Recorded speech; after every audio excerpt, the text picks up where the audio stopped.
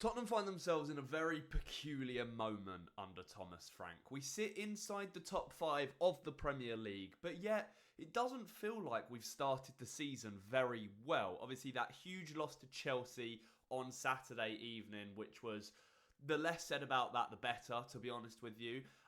We had the chance to obviously move up the table, get 3 more points. Instead, we let it slip, and Chelsea have clawed back in their level on points with us now.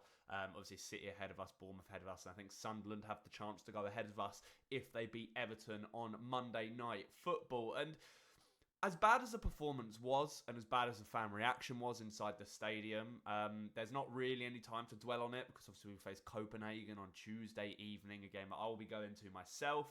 Not sure how I'm feeling about that right now, just because, you know, you pay the ticket prices that you pay. The atmosphere is absolutely dreadful at the moment, and that's not Tottenham fans' fault.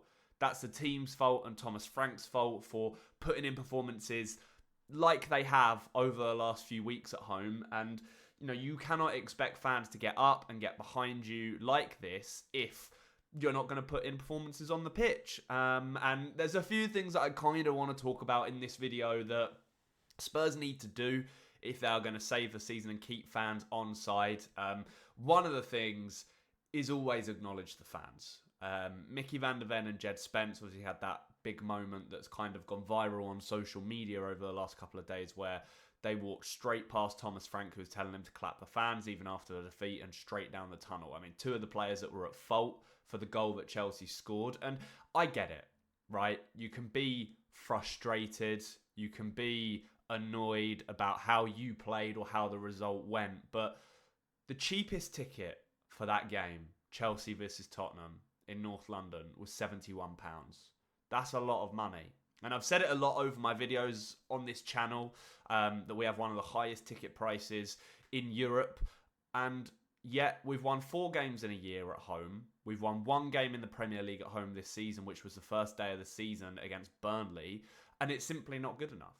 The idea of this stadium was to build a bigger atmosphere, a better atmosphere, to welcome more fans into the world of Tottenham. And while obviously the capacity has increased, yes, the atmosphere's got worse. And I think Saturday's game really put it into perspective for me. If we could tear down the Tottenham Hotspur Stadium and have White Hart Lane back, I'd do it in a heartbeat.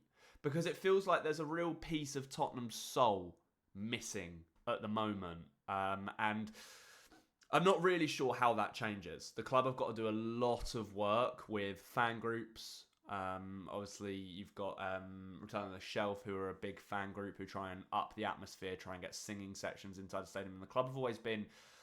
The club have always kind of pushed back on that. But I do think that needs to change, because it makes such a huge difference in football if the fans are on side, if the stadium's rocking. Look at St James's Park when we went to them in the Carabao Cup on Wednesday. The place was absolutely rocking, start to finish. And Newcastle haven't been great this season.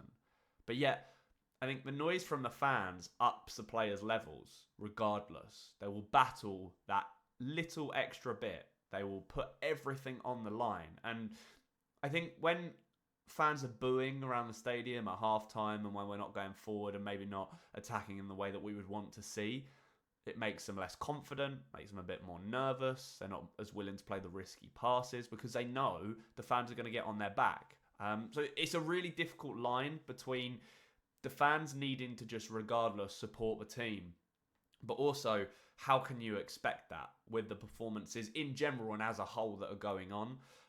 So Copenhagen is another chance for us to really change that. Champions League nights at the Tottenham Hotspur Stadium are always usually quite good. We obviously beat Villarreal there in our first home game in the Champions League this season, even though it wasn't the best performance. I'm just hoping that we show a bit of fight, a bit of spirit and a bit of bounce back against Copenhagen, because it's a game that we should be winning. Obviously, we come off the back of a couple of tough results away from home in the Champions League, 2 draws against Bodo Glimt and Monaco, and I think next up is a trip to PSG for a rematch of the Super Cup. So it feels imperative that we get 3 points against Copenhagen. And there's a few things that I want to see Thomas Frank do to make sure we get this over the line. And it's changed the midfield. It's changed the midfield because I cannot continue to watch this Bentancur Paulinho pivot with Xavi ahead of them because it simply doesn't work. Xavi does not get the ball as much as he should to be able to have as much of an impact as he should on the game.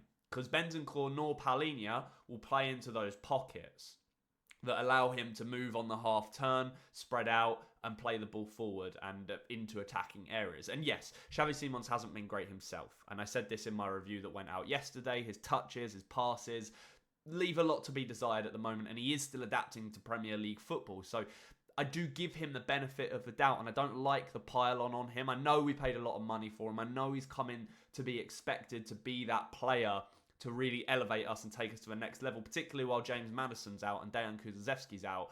But sometimes it doesn't happen overnight.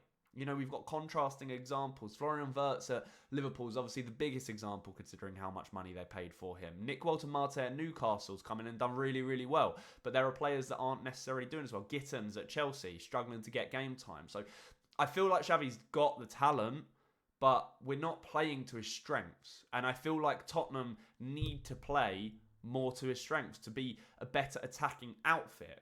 We're struggling in the front line at the moment. I'll give Thomas Frank the benefit of the doubt on that. That is the only bit of leeway that I'm giving him because, you know, Odegaard, Kolo Muani, Kudus was our front three. Well, you know, that's probably the strongest front three we have at the moment, but none of them are scoring goals. Not a single one of them. Odegaard doesn't look like he'll ever score a goal at the moment. I think he's still very raw and has a lot of development to go.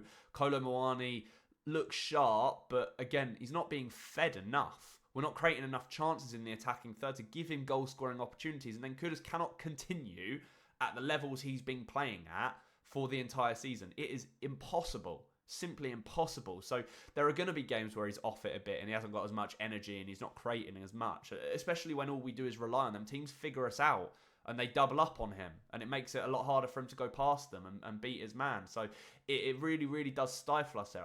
I think having Romero and Udogie back in the starting lineup from the start, which I'm hoping is going to happen against Copenhagen, will make a huge difference. Romero, you could see it when he came on as a sub against Chelsea, how much of an impact he has on this team. And obviously, he's our club captain as well, so there is that on top of it. I think Udogie is levels above Jed Spence in that fullback role, and just the way he gets forward, again, offers us a new attacking dimension. So there's hope for us in this game, and it is a winnable game regardless of how we've been playing.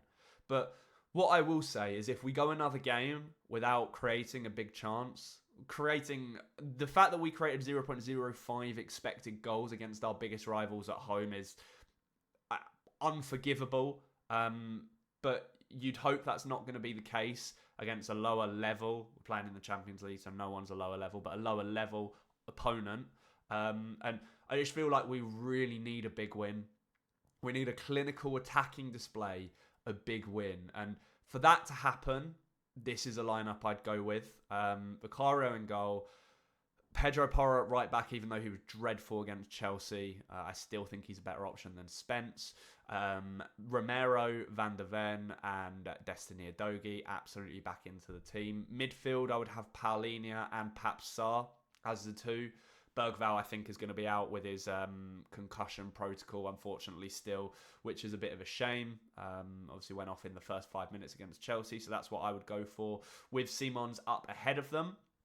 On the right, Kudus still in the middle, Kolo Muani, and on the left, I would still go with Wilson Odegaard because I think he is the best option we have at left wing. And I look at that team on paper, and I think there's enough talent in there for them to click.